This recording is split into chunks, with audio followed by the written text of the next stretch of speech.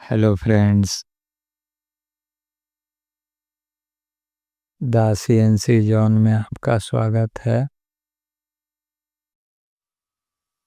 आज हम CNC machine कितने प्रकार के होते हैं पार्ट 2 समझते हैं हम।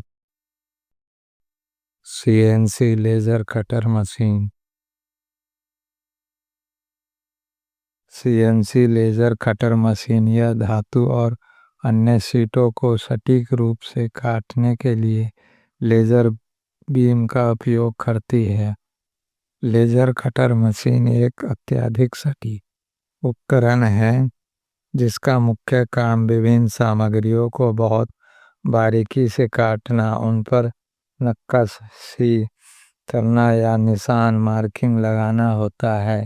यह मशीन कंप्यूटर प्रोग्राम द्वारा नियंत्रित होती है, जिससे इंसानी गलती की गुंजाइश खत्म हो जाती है। यह धातु, स्टील, ब्रास, कॉपर, लकड़ी, प्लास्टिक, कागज और कपड़ों जैसी सामग्रियों को जटिल डिजाइनों में बहुत सफाई से काटती है। CNC plasma cutter machine. यह मशीन प्लाज्मा टॉर्च का उपयोग करती है। इसमें गैस जैसे हवा, नाइट्रोजन को एक छोटे छेद से गुजारा जाता है और इसमें बिजली का तेज झटका दिया जाता है, जिससे वह गैस अत्यधिक गर्म प्लाज्मा में बदल जाती है। प्लाज्मा आर्क का तापमान 22,000 डिग्री सेल्सियस 40,000 फ़ारेनहाइट तक पहुंच सकता है, जो धातु को तुरंत पिघला देता है।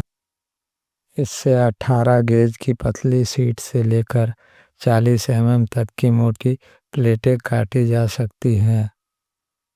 इसका उपयोग मुख्य रूप से भारी लोहे की चादरों, शीट मेटल को काटने के लिए किया जाता है।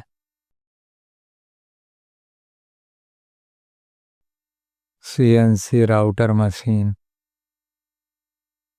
सीएनसी राउटर मशीन एक कंप्यूटर नियंत्रित कटिंग टूल है जिसका उपयोग लकड़ी, प्लास्टिक, फोम, मिश्रित सामग्री और धातुओं जैसे विभिन्न सामग्रियों को सटीक रूप से काटने, उकेरने और आकार देने के लिए किया जाता है। इस मशीन का सबसे प्रमुख उपयोग नक्काशीदार दरवाजे, लकड़ी के दरवाजे पर जटिल 2D और 3D डिजाइन उकेरना, अलमारियों और किचन कैबिनेट के लिए सटीक पैनल काटना, कुर्सी के पैर, टेबल टॉप, बेड के सिराने, हेडबोर्ड और सोफे के फ्रेम बनाना।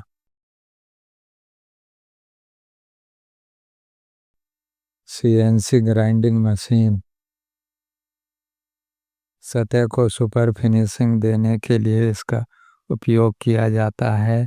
मुख्य उपयोग automobile industry, engine valve, gear और बियरिंग बनाने में, एयरोस्पेस विमान के इंजन के पुर्जे और टरबाइन ब्लेड्स की फिनिशिंग में, मेडिकल, सर्जिकल टूल्स और इम्प्लांट्स जैसे घुटने या कूल्हे के जोड़ बनाने में, tool making, drill bits, cutting tool और डाई को धार देने या आकार देने में। CNC EDM machine. Electrical discharge machining बिजली की चिंगारियों, स्पार्क्स का उपयोग करके बहुत सख्त धातुओं को काटने के लिए इसका उपयोग होता है। इलेक्ट्रिकल डिस्चार्ज मशीन ईडीएम का मुख्य काम कठोर धातुओं, हार्ड मेटल्स को बिजली की चिंगारियों, इलेक्ट्रिक स्पार्क्स की मदद से सटीक आकार देना है। ईडीएम का मुख्य उपयोग है जटिल आकार बनाना। यह उन जटिल आकृतियों या कैविटीज़ को काटने के काम आता है जिन्हें पारंपरिक मशीनों जैसे ड्रिल या मिलिंग से बनाना लगभग असंभव होता है। कठोर सामग्री की कटाई यह टाइटेनियम, टंगस्टन, कार्बाइड और कठोर स्टील जैसी धातुओं पर आसानी से काम कर सकता है, क्योंकि इसमें उपकरण और धातु के बीच कोई सीधा संपर्क नहीं होता। डाई और मोल्ड बनाना, प्लास्टिक इंजेक्शन मोल्डिंग और डाई कटिंग के लिए सांचे मोल्ड्स तैयार करना इसका सबसे प्रमुख कार्य है। सटीक फिनिशिंग, बहुत छोटे छेद माइक्रो ड्रिलिंग करने और उच्च स्तर की फिनिशिंग देने के लिए इसका उपयोग किया जाता है। सीएनसी हॉबिंग और shaping machine. Hobbing and shaping विशेष रूप से गियर्स बनाने के लिए उपयोग की जाती है। सीएनसी हॉबिंग और शेपिंग मशीनें गियर बनाने, गियर मैन्युफैक्चरिंग के लिए इस्तेमाल की जाने वाली प्रमुख मशीन है। यह मशीन बाहरी गियर, एक्सटर्नल गियर जैसे स्पर गियर, हेलिकल गियर और वर्म व्हील काटने के लिए उपयोग की जाती है। प्रक्रिया इसमें हॉब, एक विशेष काटने वाला उपकरण, और वर्कपीस एक साथ घूमते हैं जिससे दांत तेजी से कटते हैं। विशेषता यह बड़े पैमाने पर उत्पादन, मास प्रोडक्शन के लिए सबसे तेज और सटीक तरीका है।